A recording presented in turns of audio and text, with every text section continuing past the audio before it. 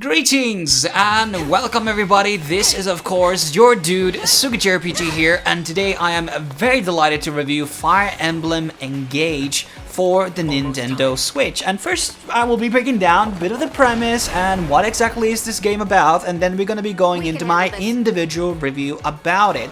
So the story of Fire Emblem Engage takes place in this continent known as Elyos, and our main protagonist, known as Alear, but mostly referred inside the game as the Divine Dragon, has been in slumber for 1,000 years, and in the beginning of the game he has basically awoken again, and so has the main antagonist of the game, who is the Fell Dragon known as Sombron, who has basically the plans to conquer the world and enslave everybody under his rule, you know, the generic villain stuff. And in the beginning of the game, Alear also finds a bunch of companions who are there to ready to serve the Divine Dragon, and also finds out this special ring that has a spirit within it, and these are known as the Emblems, who are these protagonists from the previous Fire Emblem games, such as Three Houses, Path of Radiance, and Awakening, and etc, etc. So all of these characters are basically, you know, from the previous Fire Emblem titles. Obviously, not all Fire Emblem games made it out to the West, so there's a bunch of characters that you have no idea who they are, simply because these games were never ported to the West. Now, that's kind of like the main premise, and we're going to be talking about story a bit later on the bit of the spoiler section, but right now I want to kind of talk about the gameplay here. So the combat of this game is truly the prime aspect about Engage. This is like probably the most perfected version of Fire Emblem combat altogether. Like it's quite similar to Three Houses, but there's no bullshit monster fights that were tedious and long to do. The maps were a lot more betterly designed. They had variety, cool mechanics, you know, your fog systems, and you have destructible, you know, bridges and like crates and different things. And there was also like these rising sea levels in a couple of maps. There were a lot of like really cool ideas that they were executing in these maps in Engage that I really enjoyed. So a lot of the maps didn't feel like they were a repeat of each other, and there was just like a lot of good elements and a lot of good level design all together here. Also, one of the things that they removed in Engage was the uses of the weapons. So basically the weapons now last forever, except for staves. So staves have uses, but you're able to buy them from the shop regularly, so you don't have to really worry about weapons breaking and have to calculate when I'm going to be saving this weapon and etc. And also you have this ability to basically enchant these weapons with different abilities, and also improving their stats altogether. So I really like this new overhaul of the item system. It was really smart and really well done, and that was really like a great, you know, level of game design that we're seeing in Engage. Now then there's obviously the emblem system, which is a big pitch of the story, but also how it like reflects into the gameplay. So these emblems are something that you can equip to all of the characters, and they will get like special engage modes where they like basically do a fusion with the emblems, and then they will gain a bunch of like special weapons and different abilities and other like stat bonuses and like passive traits. And this was a really cool system, and you can juggle around with a lot of the emblems. You can install this emblem to this character and that character and swap it around, and also as you like play through with the emblem and that character, you can also level up that emblem, which will give you like better perks and different things. And that system is like very good. It had maybe a couple of problems, like at one point some of the emblems will be departing from your party, so you were not able to level them or access their abilities, which was kind of annoying. And another one that was that there were certain emblems that were definitely a lot more interesting mechanically than the others, and there wasn't exactly like an emblem that was very orientated towards air units in this game, and there wasn't really like that many like healers either. I think there was technically 2 healer classes in the emblems, and obviously there's the DLC stuff that you can get, and that will give you also access to 2 extra emblem characters, which are going to be like with your party for the whole game. So that's actually pretty good, so you definitely want to connect your internet. Now, one of the other departures from the Three Houses model was that Three Houses obviously had all of these persona elements, which made the time on the monastery very long, and I've never been a fan of the limited time system, because you have to make your decisions, like who I'm gonna be, you know, building a relationship with, and who I'm gonna be allocating my time to train, and all of that stuff. I don't like that game design, because in a core level, I am a guy who wants to like do the completionist run, and if I have to choose who I'm gonna max out from person A to person B, I just don't like that system. Some people love that, and that's definitely fine.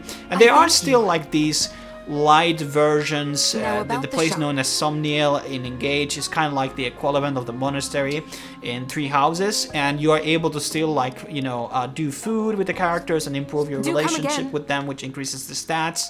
And there are like some couple of mini games like fishing, which we have seen in so many JRPG games recently, like in Final Fantasy 15. We had it in Tales of Arise, and I'm probably missing out another game. And then there's this wyvern riding thing. So there was a couple of mini games that you could basically do, and there's also like character customizations, like how they will be looking. You can change their costumes, but these costumes will be only inside Somniel, and they will not go into actual designs what they have in combat. So that's a very key thing here, and that may be a turn off for some. I understand why, but fundamentally there's less of that stuff doing in the actual Somniel. Most of the action just happens literally on the battlefield, which is, in my opinion, very good.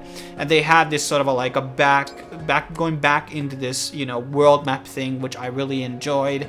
You know, I just really hoped that, you know, we would see that again in a lot of the other you know, Final Fantasy games and in the Dragon Quest series and etc. I just love the world map aspect and the exploration of it, and it's just like always been a cool system. In this one, you obviously get to like revisit some of the locations in the map, and you get to like play the map over again, but it has different enemies and different starting locations, and you can like you know, get experience and get gold, which can be used for different things, like improving, like you do donations to the 4 nations of the continent of Elyos, and they will give you like special perks and items and things like that. There's also online play, and this is probably the most vast version of online that Fire Emblem has ever seen. So there's like these skirmishes that you can go through, where you're going to be playing a map alongside with other people, but they play it in turns. So you make the first 3 turns, and then they will continue playing the next 3, and the 4 or 5 people that have to basically participate on that, they have to complete and kill all the enemies within those set of turns. And then there's obviously 1 versus 1, and then there's this sort of a like gauntlet type of a system where you play multiple maps through, and you have to like survive all of them without like no heal ups and things like that. So that was also like pretty nice. And I don't remember if there was anything like that in Three Houses or some of the other Fire Emblem games, but I think it was nice to see kind of like some online elements. And then you can get these like gems basically, which can be used to improve the weapons that the emblems have by completing these online things. And there's actually, you have to do a bit of grinding there though, to get actual like anything significant. So it can be a good time sink, and that's a good thing, because I actually like literally played 70 hours of this game. Took me 8 days to basically complete it. And it was like a really enjoyable run, and maybe towards the end I was getting a bit more you know, but there's an auto battle system, so in case you don't want to go to the skirmishes like every single time, because it can get a bit repetitive playing the same maps over and over again. But obviously you can always change your composition and the characters and etc. But definitely you can get over 70 hours of this game. There isn't exactly like alternative endings on different things like that, like in Three Houses. So, but there is like some incentives to play the game again, because there is a form of a new game plus. Now let's talk about a bit of the music and the audio. So the English dub was quite bad, to be honest. I think it was not a very convincing performances, and I felt like these characters were totally different from their Japanese audio counterparts. I think, you know, they should have gone into a certain route of just like getting some British voice actors or something, and it would have been more believable. But I don't know, like the American accents were too chirpy. I don't know how to like describe it. It just like felt like these were totally different characters on their English counterparts. Now I do want to say that the Sombron's voice actor in English was probably a lot better than in the Japanese one. There's also a lot of subtitle options there for many different languages, so you can choose whatever setup you want. And you can also change this mid-game if you want to just it out in English, then you can swap back and forth with the Japanese audio. Now the soundtrack actually was pretty great. I think definitely the most memorable Fire Emblem soundtrack there is, and probably above average compared to a lot of the recent JRPG titles that I have played in the past 4 years or so. So I think the soundtrack really had a good impression on me, and there might be some tracks that I might actually listen outside of the game. Now, let's talk about a lot of these story aspects, and there will be some spoilers included here. I try to keep it light though, and we can continue those deeper discussions in the comment section, guys and girls. So let's talk about the characters. The characters were quite bland, visually really good looking though, and memorable designs, but I felt like almost every female character looked the same in terms of the facial features. Especially some of the emblems like Migaya and Lyn looked very different than they did originally, and I felt like all of the female characters were made from the same facial palette.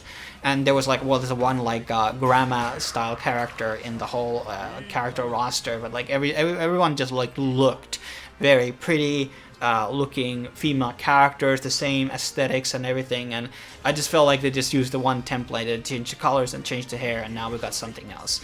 Now, and most of the characters were, very sadly, just one-dimensional generic anime characters. There wasn't really much into their backstories, or they weren't really going through any character arcs whatsoever. Like, the plot didn't allow that. Like, yeah, okay, there are parts about in the story when the characters were really like, the two of the characters are, you know, they have their father who dies in the story, and that maybe has a bit of a like some type of character arc, but it wasn't really fleshed out. And even though these prominent characters from each of these 4 regions do play a lot in the cutscenes while everybody else is basically on the background, there's not really much of character development that basically happens out. Something interesting, something of a betrayal, twist, or anything, nothing of a sort really happens there. And even the main character could be argued that he has a very minimal character development, and it's just like very minimal in altogether. And the character Vale, I'm not going to be spoiling exactly much about this character, but she is probably the one that actually goes through the most amount of character development in the whole story and changes a bit, and she's like the only character that is not extremely monotone, but as that is due to the way that she was written though, not exactly that they had a really good idea to how to make a wholesome character. Now the plot itself is very simple at its heart, and it's the weakest element of the game, because a lot of these JRPG titles that I have played and reviewed recently on the channel, like Tales of Arise, the last Star Ocean game, there has been this huge trend these days that these stories are overly simple and plain. There's really no twists or any like grandiose story around. It's just like very, very safe level type of storytelling, which is just like very bad, because this used to be the medium where the stories were really special, really out there, and not necessarily crazy, but they were like really something just different from a lot of the other genres in the whole gaming space. And the story in Engage, as I said, it is kind of plain and simple, and it has a couple of pacing issues. Like, for example, like it could have like really used another like secondary villain in the story, kind of like in, I think it's on Path of Radiance, or is it the Radiance Dawn? In that one, they kind of had like a first initial villain in the first arc of the game, and then secondly, there's like a new villain basically introduced. This is something that they should have definitely done with here, because you had one of the Sombrons, like the Elite Guard, which are known as the 4 Hounds, are like literally fought over like in 6-7 different maps, over and over and over again, which was kind of like redundant, and the story didn't really move that much from chapter to chapter. In the beginning there's a lot of development, and the end there's quite some, but in the mid part, introducing a lot of bunch of characters from all of these 4 different nations and continent, all of these 4 different nations in the world. That's the only thing that really happens in the middle of the game. There's not really that much of like reveals and big things that are happening. So I think there was like really, in the scope of things, it was not really that great when it came to the plot. And the pacing, as I said, was kind of slow. And the Emblem Spirits, I thought it was a cool idea. It's good fan service, at least for the Japanese audience, because, as I already said, there has been like 4, 5, 6 maybe of these 16 different Fire Emblem games released in the West. And I have obviously played both on the GameCube and the Switch. I obviously played a bit of the Three Houses, didn't finish it though. And obviously I have played a bit of the Awakening as well. But that Awakening is probably something I will probably review on the channel soon. I'm gonna play it on emulator. And so back to the Emblem Spirit thing, I think it was a cool idea, but I was kind of expecting that they would bring in the villains too, because that would be the cool thing to see, all the villains also coming back and they would be playing a big part. And maybe what they will do, if they're gonna be doing any type of a sequel into Engage, or perhaps in the DLC stuff, maybe they're going to be bringing that there. But this was like a opportunity missed. And yeah, technically there were dark emblems, but technically not really. Like they were kind of alluded there, but we didn't get like any designs or models or anything like that. And you will understand what I'm talking about once you get into the last map. And I want to also talk about a bit of the Lord Sombron. As a villain, he was kind of lame, given the context that in the opening cinematic, which is kind of like the moments that are shown from they're not technically from the event that took place 1,000 years before. You know, it's shown in the beginning of the game, and as you play it through, you are killing Lord Sombron. Like he like felt like a fucking loser in the very beginning, because he's already shown that he has lost already, and that's not a good setup for any villain. Oh, he already lost. Like that's just not making the stakes very high, or that doesn't make the villain seem like this absolute fucking beast. As like a secondary villain, that would have worked, and then somebody powerful could have come along and things like that. I also think that his design was kind of undetailed and plain compared to all the other characters that had very much of many accessories and things like that. He just kind of looked kind of weird and a bit generic in a lot of ways. And I wasn't really much of a fan of the Japanese dub voice actor of Sombron. I think it was, I don't know, just lame. And this is the voice actor that I've heard a million times before. And in Japan, they don't actually do a lot of these sound effects to alter the voices of the characters. Like, if you have ever heard, and just Google it, put it on YouTube, to search Japanese dub of Darth Vader, they use not the same voice effects to basically create that perfect sound for a lot of the characters. And that's something that they just fuck up in Japan, because they don't know how to do these altered voices of some of the characters. But just kind of wrapping it up here, overall, the story was passable, I guess. But on Fire Emblem standards, I think it was kind of low bar. It's definitely one of the weakest stories in the whole franchise. And there was some promise here that there could be a sequel that could be very interesting. If they're going to be, I don't want to spoil too much, but if you have played the game through, there was some illusion about these different worlds, basically. And that could be great going into the next game. And we could bring back the emblems again, and maybe bring some other elements in, and bring in the dark emblems especially, and maybe doing a bit better story here that would make a lot of sense. And maybe you could even see some of these old characters from the previous games also becoming playable, not just the emblems or something. That could be interesting. That could work out. But honestly, I would love to see a Fire Emblem game taking place in a Greek or a Roman mythology setting. I think that could really work. All the framework of the abilities and the whole sword, axe, and spear setting, all it works around on those things. And I think that could be definitely achievable. Or we could definitely have a bit more a modern setting, like 1800s or something, that would also introduce guns. That could be also possible to see, like the invention of the gunpowder. I think that could be also kind of interesting. But Engage is a really good game. I definitely enjoyed this more than Three Houses, and maybe one day I will get back to playing the Three Houses, and I will definitely review some of that DLC stuff for Engage. I did buy the actual Founders package here because I thought that was actually a pretty good deal, and there's obviously like DLC missions coming along, and we will see how those will turn out. I hope that it will be not same style of a DLC like in Three Houses, where the side story takes place between the events of the game. That's definitely not what I want to see. I want to see these new DLC missions taking place after or maybe before the main events of Engage. But if you found this review insightful and liked it, well, now is a great time to like the video and subscribe for more awesome reviews on the channel. And I will be seeing you on the next video. Cheers.